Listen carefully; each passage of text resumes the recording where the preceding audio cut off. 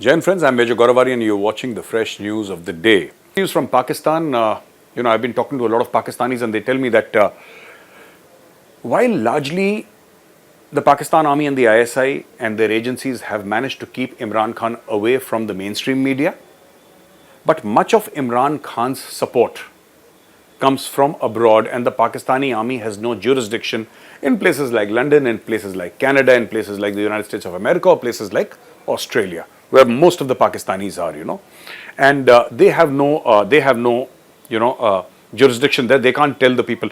It's not like some quote unquote brotherly Muslim countries where they can make a phone call and that guy will be picked up at night. And that's not going to happen in the US or the UK. So what they have started doing, the Pakistan army, they played a very, very smart card.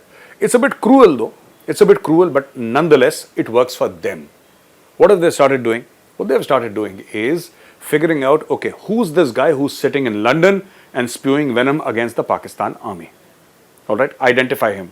Find out who his relatives are in Pakistan.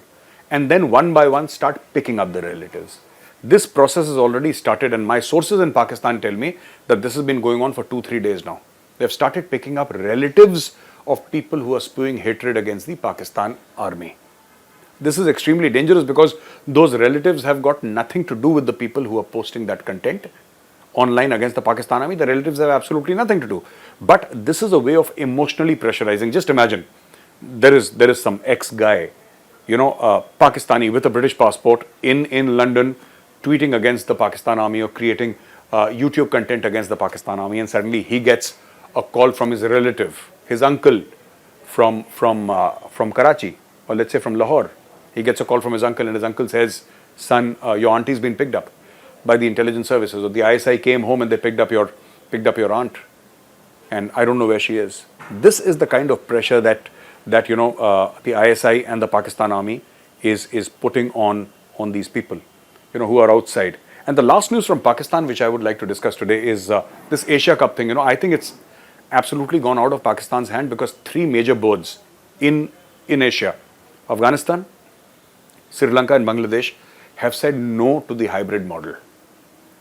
They have said no to the hybrid model. This hybrid model was suggested by Mr. Najam Sethi, the chairman of the Pakistan Cricket Board and former chief minister of Pakistani Punjab. And he's a politician, he's a writer, he's a journalist, he's a cricket administrator. He wears many hats, somebody whom I respect, but he's just a guy who's caught between a rock and a hard place.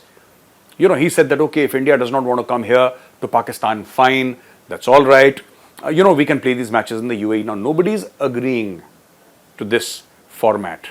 And I'm sure India must have put diplomatic pressure on the other countries. I'm sure it must have.